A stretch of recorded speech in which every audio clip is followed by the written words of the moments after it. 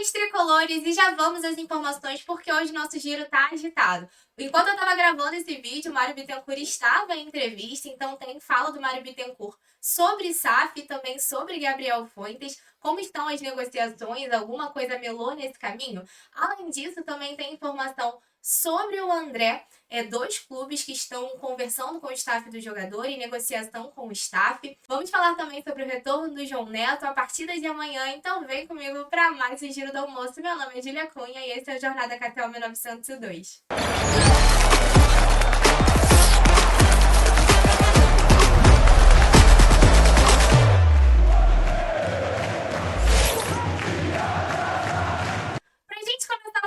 Sobre o mercado da bola, surgiu informação nova com relação à negociação pelo Gabriel Fuentes. A informação foi dada pelo Gabriel Amaral aqui do Jornada.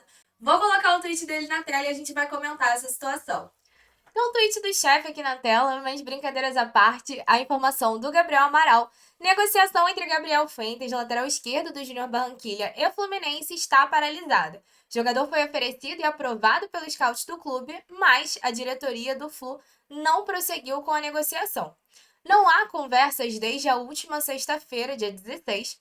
Como vem acontecendo, o jogador tem o desejo de atuar pelo clube, mas ainda não houve um movimento direto da diretoria após a aprovação.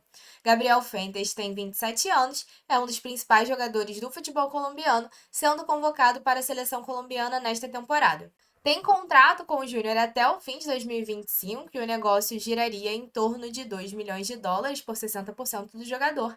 A janela do futebol brasileiro fecha no dia 2 de setembro. Outro ponto é que, pelo regulamento, o jogador não poderia mais atuar pelo Flu nesta Copa Libertadores. Então, o status da negociação no momento é que ela está paralisada. Mas essa foi a informação que o Gabriel teve. Ele fez essa publicação em torno das 4 da manhã. Só que enquanto eu estava gravando esse Giro do Almoço, o Mário Bittencourt estava em entrevista à Flash Score e fizeram uma pergunta para ele com relação a Gabriel Fuentes. Tô com o tweet do Fluminense Stuff aqui na tela, que tem a fala do Mário Bittencourt nessa entrevista da Flash Score. Mário Bittencourt sobre Gabriel Fuentes. É um jogador do nosso interesse. Enviamos uma carta ao clube colombiano dizendo que temos interesse nele e estamos esperando uma resposta se querem negociá-lo. Até agora não recebemos essa resposta. Então agora com a sinalização dá sim pra gente entender que a negociação está parada, mas aguardando então uma resposta do Júnior Barranquilla para ver se algo avança ou não. Vai depender se o Júnior Barranquilla tem de fato interesse em vender o jogador. E vale lembrar que lá o Gabriel Fuentes é titular absoluto do Júnior. E agora vamos às informações das negociações por André. A gente vai falar sobre as negociações por André, mas enquanto eu estava gravando o Giro do Almoço, saiu a convocação do Dorival para as eliminatórias da Copa do Mundo e o André foi convocado então para essas duas partidas que vão acontecer no dia 6 e dia 10 de setembro. O Martinelli estava na pré-lista, mas ficou de fora da convocação. E bem, se o André seguir no Fluminense, ele passa a ser desfalque. Provavelmente ele a partir do dia 2 de setembro, que é para quando está marcada a apresentação dos convocados. Mas por que a gente fala assim? Ontem saiu a informação do Marcelo Neves de que o Fulham comunicou ao Fluminense nessa quinta-feira a desistência da contratação do André. Inclusive, em termos de valores, o Marcelo Neves divulga que o Fluminense havia pedido na sua contraproposta um valor que seria acima ali dos 35 milhões de euros. Mas depois disso saiu informação da Aline Nastari sobre dois clubes da Inglaterra que estariam negociando com o staff do jogador. Esses dois clubes seriam o Manchester United e Wolverhampton. Ela deixa bem claro que ainda não há proposta oficial na mão do Fluminense. O que está acontecendo seriam aquelas negociações iniciais com o staff do atleta, que é inclusive a movimentação que o Fluminense faz, de primeiro conversar com o staff, o jogador, para, gostando e considerando ali, mandar uma proposta oficial para o clube. E o jornalista inglês Ben Jacobs também falou dessa relação André, Wolverhampton e Manchester United. Vou colocar na tela para vocês. Então esse aqui é o tweet do Ben Jacobs, ele começa falando sobre a situação do Wolverhampton. O Wolves tem um interesse concreto em André do Fluminense. No entanto, ainda está longe de qualquer acordo e o preço pode ser proibitivo. No caso, o preço seria ali o problema. E aqui é um detalhe, né? Ele fala que ainda está longe, mas a janela da Inglaterra, ela fecha no dia 30 de agosto. Ou seja, se tá longe, a gente tem que lembrar também que já é dia 23, né?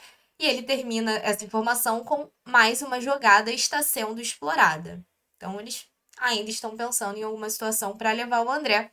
E aí, ele menciona alguma coisa aqui com relação ao jogador do Al-Ittihad, mas para a gente vir aqui embaixo ao que ele fala com relação ao Manchester United, André também foi cogitado como uma possibilidade para o Manchester United, como relatado anteriormente, mas apenas como uma alternativa a Manuel Ugarte. E o sentimento é de que o acordo está próximo a fechar. Então, o André seria uma opção caso o Manchester United não conseguisse comprar o Manuel Ugarte do PSG, mas parece que já está tudo certo para fechar essa negociação com o Ugarte. Então, a situação atual do André é: não tem proposta oficial na mão do clube, apenas negociações com o staff do jogador, sendo que aparentemente o Wolverhampton seria um futuro mais provável do que o Manchester United.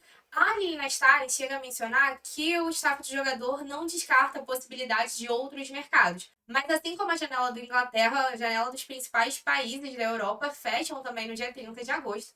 Então, qualquer situação que vá para essas principais ligas vai ter que se fechar muito rápido. Mas vamos aguardar as informações que vão vir, com certeza, nos próximos dias. Confesso que o mais me preocupa no momento seria uma questão de valores, porque se as principais janelas estão fechando lá na Europa e é onde a gente tem expectativa dos melhores valores, vai depender de quem está mais desesperado, se eles estão mais desesperados para levar o André ou se o Fluminense está mais desesperado para vender o jogador. Mas vamos ver. E agora a gente vai falar sobre SAF. Eu sei que vocês perguntam muito sobre SAF.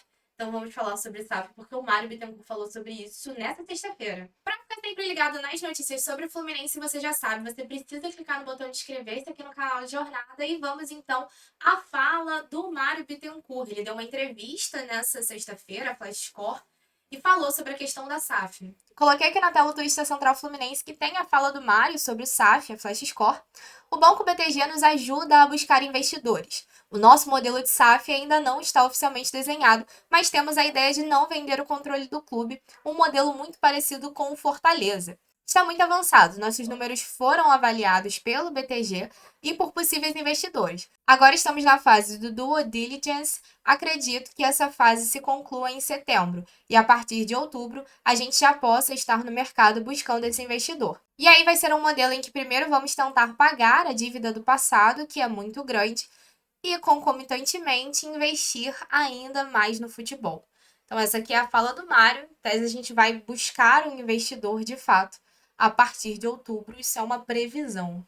E a gente ainda vai falar sobre o retorno do João Neto, mas antes a gente tem um jogo amanhã, então vou passar aqui algumas informações importantes sobre essa partida, tá? Mas calma aí que a gente vai falar do João Neto, não sai do vídeo não. Dos jogadores que estavam de fora das últimas partidas, o Keno tem chance de voltar a ser opção para esse jogo. Ele ficou de fora da partida contra o Grêmio por ter sentido dores na lombar, mas já está treinando com bola e, segundo o GE, tem chance de voltar a ficar à disposição do Mano, porque o Keno já convive com esse tipo de dores na carreira, não é nada preocupante, então pode ser que ele já volte a ser opção para essa partida. Se é bom ter o Keno à disposição ou não, aí fica a critério de cada um, mas a informação tá passada aqui. O Marcelo e o Jolocomí, pelas informações que a gente teve ontem do Caio Blois, devem seguir de fora, ele fala que os dois estão ainda em transição por problemas musculares, lesão muscular. E o Cano também não deve voltar por agora. O Mano Menezes fala na coletiva de imprensa da última partida que a situação do Cano, ela se trata de uma lesão crônica, ou seja, ele convive com dores constantemente. E pela fala do Mano, enquanto o Germancano estiver sentindo dores, ele não vai jogar. Então, a gente não acredita que ele vá estar à disposição para essa partida. E sobre a equipe do Galo, segundo as informações do GE, o Milito segue sem ter o Hulk à disposição. O Paulinho, que seria um desfalque para esse jogo, porque ele leva 2 jogos de suspensão por tentar agredir um jogador do Palmeiras, ele vai estar à disposição. Eles recorreram com o recurso do STJD e ele vai estar à disposição para esse jogo. O recurso foi aceito. Mas o Milito tem chances de poupar para essa partida, isso porque tem jogo de Copa do Brasil. No meio de semana, eles vão enfrentar o São Paulo. A expectativa é que o Milito vá com um time misto para campo. O árbitro para essa partida será o Flávio Rodrigues de Souza e o jogo vai acontecer nesse sábado às 9 horas da noite. A transmissão com imagens vai ser pela Sport TV e Premiere, mas a narração você já sabe, você acompanha aqui no Jornada com a nossa equipe que vai estar direto do Mineirão. E para fechar com a situação do João Neto, o Fluminense pediu à CBF o retorno do jogador. Vou colocar com vocês o tweet do Vene Casagrande na tela, foi ele que deu essa informação. E aí aqui tem um detalhe, o Fluminense solicitou ao CRB o retorno do atacante João Neto, O acordo entre as equipes permitia que o tricolor pedisse a volta do jogador antes do término do vínculo de empréstimo. A solicitação foi feita porque Cano, lesionado, não vem atuando e John Kennedy pode ser vendido pelo Flu ainda nesta janela. Que a gente não tem mais informações, né, sobre sondagens ou coisas do tipo com relação ao John Kennedy. Pelo CRB, João Neto fez 24 jogos e marcou 3 gols. E depois dessa notícia, saiu também uma matéria da Bárbara Mendonça, do Gustavo Garcia, do GE, afirmando que o João Neto já volta, inclusive, a se apresentar ao Fluminense nessa segunda-feira. E eles disseram também que o jogador foi sondado nessa janela pelo Porto, que estava disposto a fazer uma proposta de empréstimo com opção de compra nesse meio do ano. Assim, fico feliz com o retorno do João Neto, acho que vai ser de grande ajuda. Ainda acho que o Fluminense precisaria de um nome referência para o ataque, principalmente se a gente for pensar em uma saída do John Kennedy. Mas saindo ou não John Kennedy, eu ainda acho que é botar muita responsabilidade em cima de dois garotos muito jovens com pouca experiência dentro do profissional. Eu acho que eles vão ser de muita ajuda, precisam sim ter oportunidade no Fluminense, mas eu acho que é muita responsabilidade para contar apenas com eles nesse momento. Mas deixa aí a sua opinião nos comentários. Acho que o João Neto era uma unanimidade na torcida, que a torcida queria de volta. Não sei, pode ser que não. Mas deixa aí a sua opinião nos comentários então. Mas então, esse foi o nosso Giro do Almoço de hoje. Espero que vocês tenham curtido. Mais tarde tem Giro do Jornada, amanhã tem transmissão. E eu volto com vocês para mais um Giro do Almoço na segunda-feira, 1h da tarde. Saudações, tricolores!